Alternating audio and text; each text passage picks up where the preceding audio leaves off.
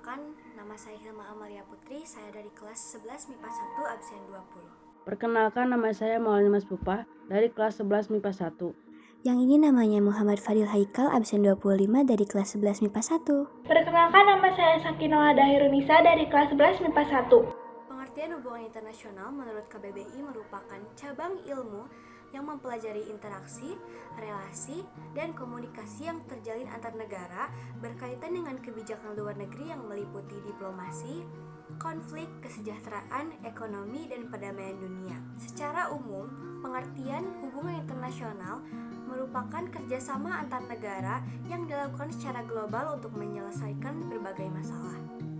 Pentingnya hubungan internasional bagi bangsa Indonesia. Hubungan internasional penting dalam beberapa aspek bagi bangsa Indonesia. Yang pertama yaitu ideologi. Dengan berpegang teguh kepada ideologi Pancasila, negara Indonesia tidak akan mudah terpengaruh oleh ideologi negara lain karena akibat adanya hubungan internasional. Yang kedua, politik. Kebijakan politik nasional secara tidak langsung mempengaruhi corak maupun sifat dari hubungan internasional. Yang ketiga, ekonomi. Hubungan internasional dapat meningkatkan daya saing kualitas produksi serta memperluas wilayah pemasaran untuk meningkatkan kualitas ekonomi baik dalam investasi maupun pariwisata. Yang keempat, sosial budaya. Hubungan internasional bermanfaat untuk pembinaan dan pengembangan nilai-nilai sosial budaya bangsa. Kelima, pertahanan dan keamanan. Hubungan internasional dapat menjadi sarana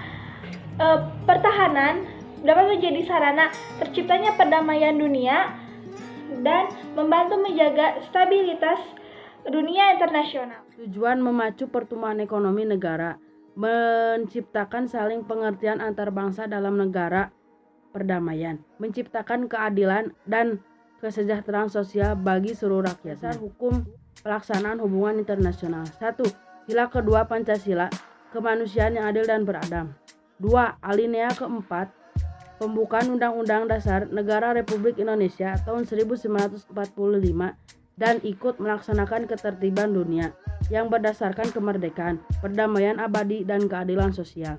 3. Pasal 11 ayat 1-3 Undang-Undang Negara Republik Indonesia tahun 1945 yang berbunyi 1. Presiden dengan persetujuan DPR menyatakan perang membuat perdamaian dan perjanjian dengan negara lain. 2. Presiden dalam membuat perjanjian internasional lainnya yang menimbulkan akibat yang luas dan mendasar bagi kehidupan rakyat yang terkait dengan beban keuangan negara dan mengharuskan perubahan undang-undang harus dengan persetujuan DPR.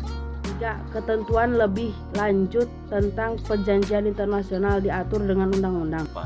Pasal 13 ayat 1-3 UUD NRI tahun 1945 yang berbunyi 1. Presiden mengatakan duta dan konsul. 2. Dalam hal mengatakan duta, Presiden memperhatikan pertimbangan DPR. 3. Presiden menerima penempatan duta negara lain dengan memperhatikan pertimbangan DPR. 5. Undang-Undang Nomor 37 Tahun 1999 tentang Hubungan Luar Negeri. 6. Undang-Undang Nomor 24 Tahun 2000 tentang Perjanjian Internasional. Tentang bentuk hubungan internasional. Bentuk hubungan internasional ada 3, yaitu hubungan bilateral, hubungan multilateral, dan hubungan regional. Hubungan bilateral merupakan kerjasama yang dilakukan oleh dua negara, contohnya Indonesia dan Singapura atau Indonesia dengan Jerman. Kedua, hubungan multilateral adalah hubungan kerjasama internasional yang dilakukan lebih dari dua negara di dunia ini, contohnya PBB. Kemudian yang ketiga, hubungan regional. Hubungan regional merupakan kerjasama yang dilakukan oleh negara di dunia ini, tetapi masih dalam satu kawasan yang sama. Misalnya ASEAN, kemudian APEC, dan ASEAN Free Trade Area atau AFTA. 2. Subjek hukum internasional. internasional.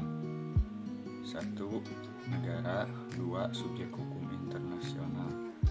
3. Individu. 4. Pengalaman merah internasional. 5. Organisasi internasional. 6. Kaum pemberontak. Faktor terjadi hubungan internasional ada dua, yaitu ada faktor internal dan faktor eksternal. Faktor internal mencakup kekhawatiran adanya ancaman dari dalam negeri seperti adanya kudeta terhadap kekuasaan tertentu. Yang kedua, ada timbulnya rasa khawatir terhadap ancaman dari negara lain seperti adanya intervensi. Yang ketiga, adanya keterbatasan dalam memenuhi kebutuhan maupun kepentingan sosial. Yang keempat, adanya keinginan meningkatkan kesejahteraan nasional. Yang kelima, adanya keinginan membuka hubungan politik dengan negara lain. Yang keenam, adanya keinginan mendapatkan dukungan dari negara lain. Itu faktor internal. Faktor eksternalnya ada yang pertama adanya perbedaan penguasaan ilmu pengetahuan. Yang kedua, ada perbedaan kondisi satu negara dengan negara yang lain. Yang ketiga, ada rasa tanggung jawab seluruh warga dunia untuk mewujudkan kehidupan yang tentram, aman, damai, serta adil juga merata. Sekian presentasi yang dapat kami sampaikan. Mohon maaf bila ada kekurangan dan kesalahan. Terima kasih sudah menonton. Wassalamualaikum Assalamualaikum warahmatullahi wabarakatuh.